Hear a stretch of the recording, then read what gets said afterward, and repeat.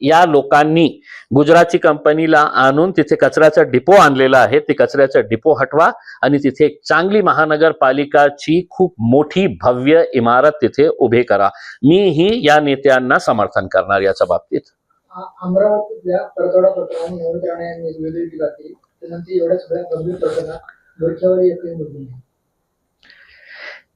काय आहे की मलाही असं वाटतं की आता पोलिसांनी घरी जाऊन बसायला पाहिजे, सगळं पोलीस स्टेशन्स बंद करायला पाहिजे आणि यांना खाकी वर्दी घालून त्यांना कुठेतरी रस्त्यावर बसवून द्यायला पाहिजे की आता आम्ही पोलीस आहे, आम्ही कोर्ट आहे, आम्ही अदालत आहे, निर्णय आम्ही घेणार आहे. आता दुर्दैव हे आहे की मीडिया काहीतरी बातमी करतो आणि सगळे लोक ते उचलतात. मी काही वेळापूर्वी तिकडचे जे SP आहे त्यांच्याशी बोललो.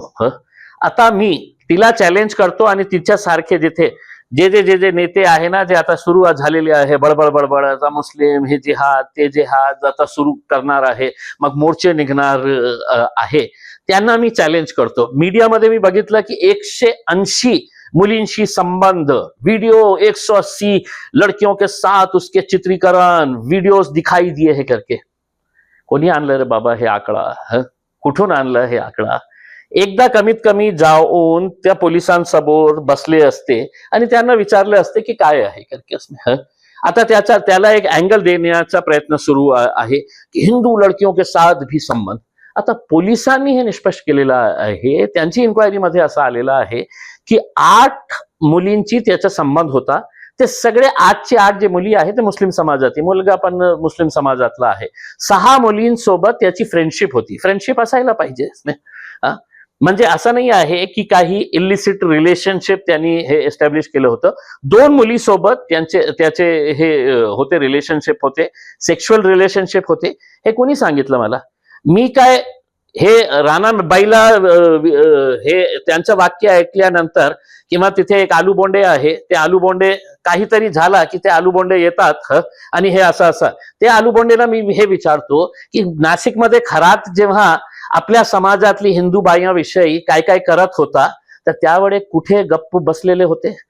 ही बाई अमरावतीतून का आली नाही नाशिकला? मी तिला गाडी अरेंज करून दिली असती, तिचं पेट्रोलचं भाडं मी दिलं असतं, तिच्या हॉटेलचं मी अरेंज केलं असतं. तू नाशिकला येऊन तुमच्या समाजातली बाईंना ते खरात काय करत होता, कोणाचं राज्य आहे, देशामध्ये कोणाचं राज्य आहे, राज्यामध्ये कोणाचं राज्य आहे, हे सगळं. पण दिसला मुस्लिम की शुरू बडबड बडबड भोकना शुरू हो जाता है सबका उसके अंदर. तर ते जे काही असेल, मी पोलिसांना स्पष्टपणे सांगितलं की तो मुलाच्या बाबतीत तक्रार आली. आता हे बघा की कोणी मुलगी तयार नाही आहे, कोणीही मुलगी समोर आली नाही आहे FIR देण्यासाठी. मग हे सगळे आहे ना, हे राणाबाई असू द्या, ते बोंडे आलूबोंडे, ते कोण कोण आहे, ते सगळे पोलिसांना नहीं जिहाद शुरू हो गया, यहाँ पे जिहाद शुरू हो गया है, अब बंद कराओ, ये करो करके. मग पोलिसांना नाईलाजांना त्यांना खुश करण्यासाठी स्वतःहून FIR रजिस्टर केली. आता इन्क्वायरी होईल, ते दोषी असेल तर त्याच्यावर कारवाई करा. आम्हीही त्या कारवाईला समर्थन करणार आहे.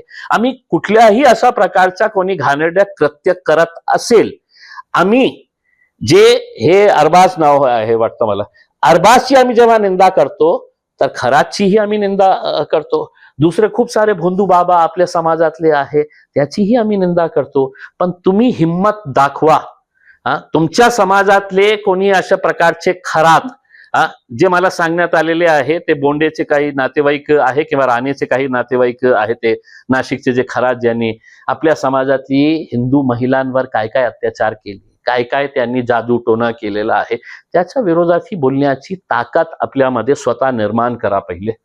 जसं तुम्ही सांगितलं तर्कवितर्क लावण्याचं काम सुरू आहे, तसंच आता हे असंही समोर येत आहे, अशी चर्चाही होते की तो जो अरबाज आहे तो MIMचा कार्यकर्ता आहे. तुम्ही महाराष्ट्रातले MIMचे जबाबदार नेते आहात, काय सत्य?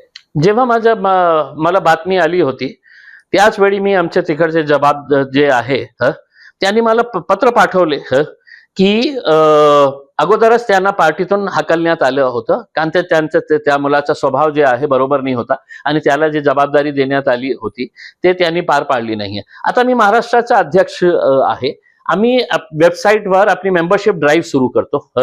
त्या मेंबरशिप ड्राईव्ह मध्ये कोणीतरी आपला तो बायोडाटा फिक्स टाकतो.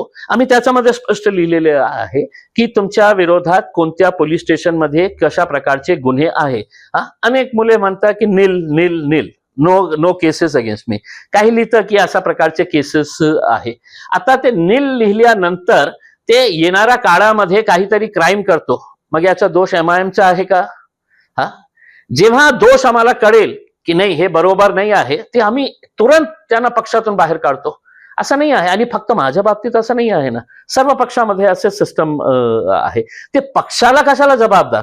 मग काय आहे की मुसलमान, MIM, मीडिया, हो, त्यांना तर इतकं चांगलं वाटतं की अरे वा, मिळालं आपल्याला 2 दिवस तर आत्ता आपलं चाललं.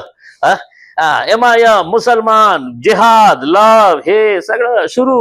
मग ह्याची प्रतिक्रिया घ्या, त्याची प्रतिक्रिया द्या, संपलं आपलं. 2 दिवस तर गेले.